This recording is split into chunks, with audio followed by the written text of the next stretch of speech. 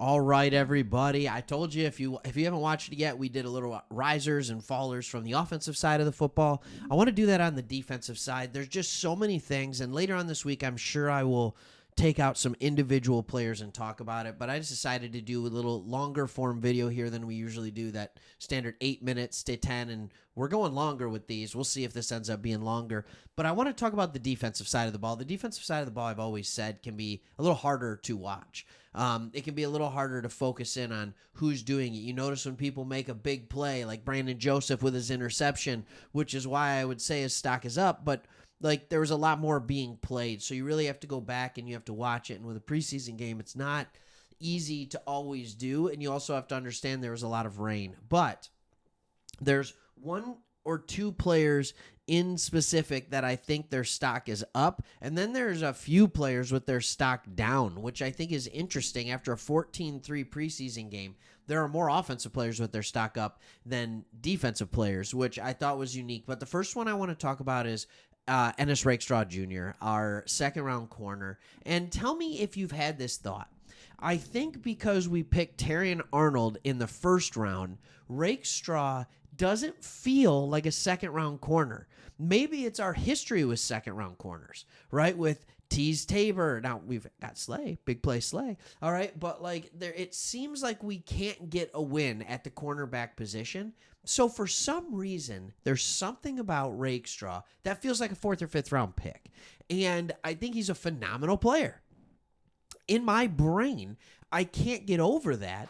And the fact is, he is a second-round player. He is a phenomenal talent. He's a good football player, and he showed that against good competition.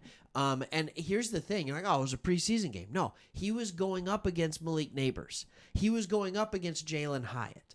And that's one of the things that I love. I think when we saw his stats and we saw his athletic profile coming out of college, one of the biggest concerns is always with corners, and this is because we've been burned. I'll say Tease Tabor again. I'll say Okuda, is are they fast enough to stick with the speed of NFL receivers?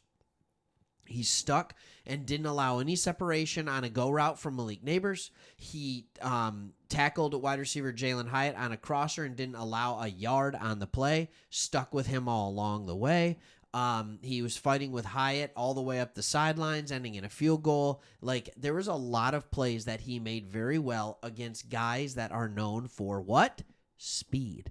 And that is one of the things that I absolutely loved about his game. His stock is absolutely up. Now, here's the other thing. We know we have Terrion Arnold. We know we have Carlton Davis. The outside seems to be locked up. But now with the injury to Mosley, which is just really unfortunate, the Detroit Lions have an opening in the slot as well. So, they played him a lot at the slot, or nickel, if you want to call it that, right? Which makes sense. All right. At the nickel, going against the Giants, he played a lot of snaps in the nickel, and he absolutely held his own. It's not something that he did a ton of, but he did do. He did do that in college. So his stock is absolutely up after showing positional versatility against multiple different types of defenders. He also had a couple of good tackles in the game as well. All right. What about stock down? All right, let's keep it in the secondary. We have a stock down on Maurice Norris. All right. Now, he did get the start in this game, which I thought was kind of interesting. Maurice Norris, if you don't know who he is, he was an undrafted free agent out of Fresno State.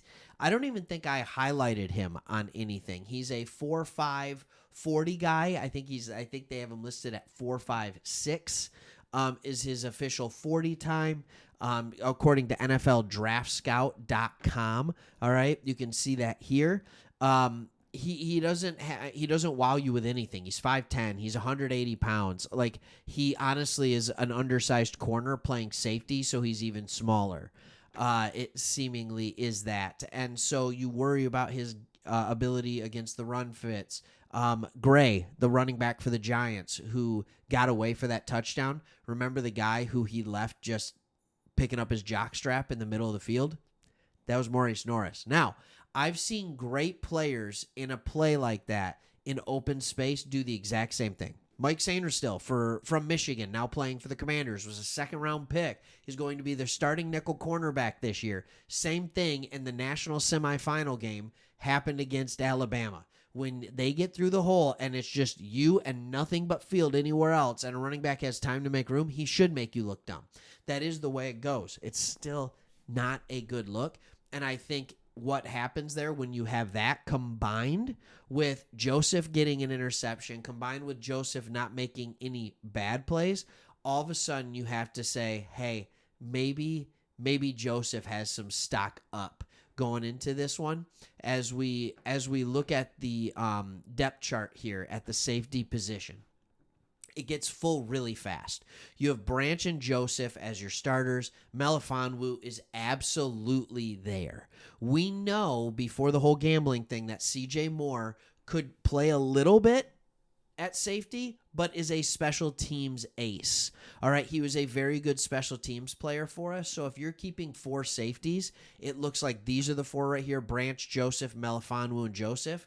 After watching that preseason game, the 5th safety would be C.J. Moore. Maurice Norris, sorry, man. I think you're the odd man out on this one. It could be Moore and Norris, but I wouldn't be surprised to see them keep 5 just because they could be helpful with the new kickoffs and also because Branch may be needing to slide into that nickel role every once in a while as well. So that is stock down. All right, so there's kind of our big stock up, stock down, 2 players. One up is Rakestraw, one down is Norris. The up is Joseph because of Norris.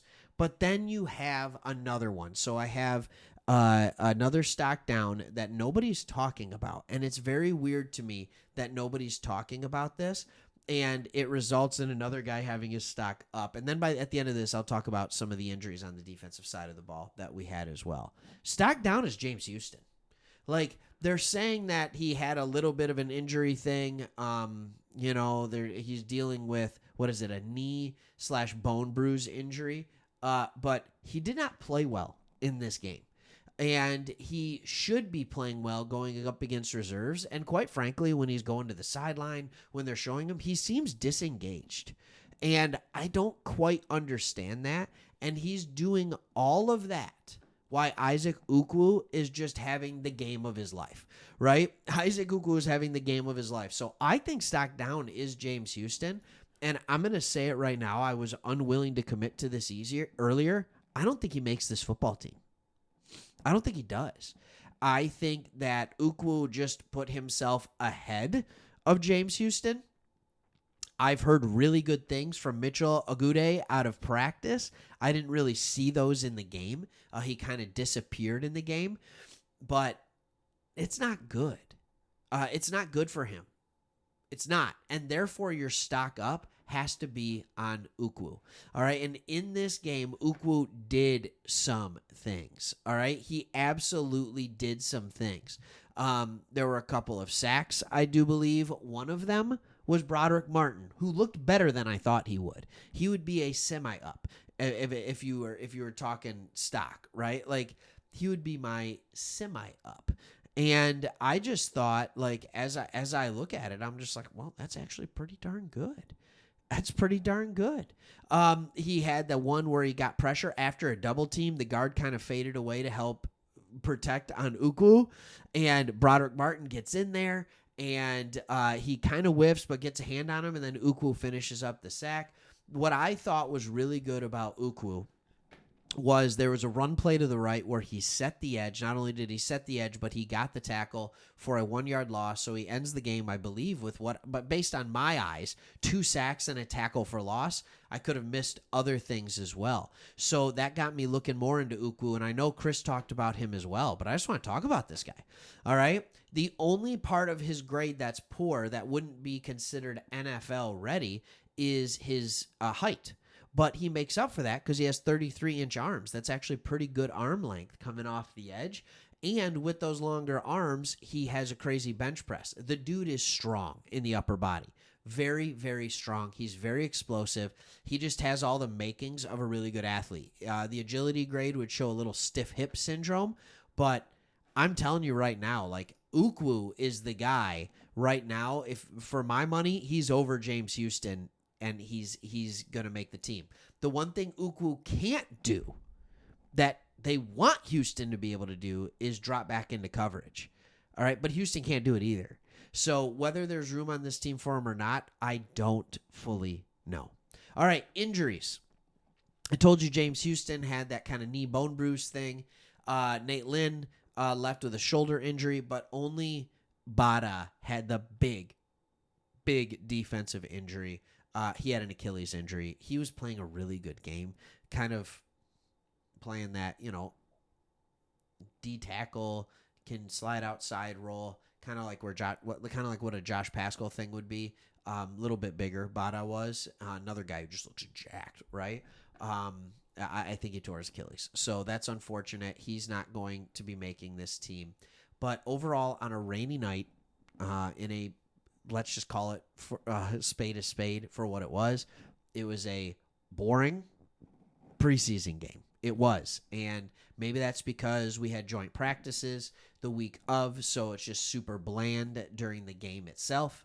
Maybe it's because all of the chippiness got out during those practices. Maybe it's because it's a half-full stadium. Maybe it's because it was raining. I don't know.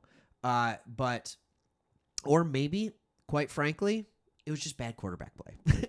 Like, I know this is about the defense, but if you have bad quarterback play, it's not fun football to watch. And side note, that's why the UFL, that's why the USFL, that's why the XFL struggles so much to take off, is because it's usually pretty bad quarterback play. That's why the Canadian Football League is so popular in Canada, because they set up the rules so that the quarterback play is really good. So that is just a couple thoughts for you there. But wanted to do a little longer video, give you a full rundown of what we saw on the defensive side of the ball now that we finally get to watch football for the first time in so long. So nice to be able to get eyes on it.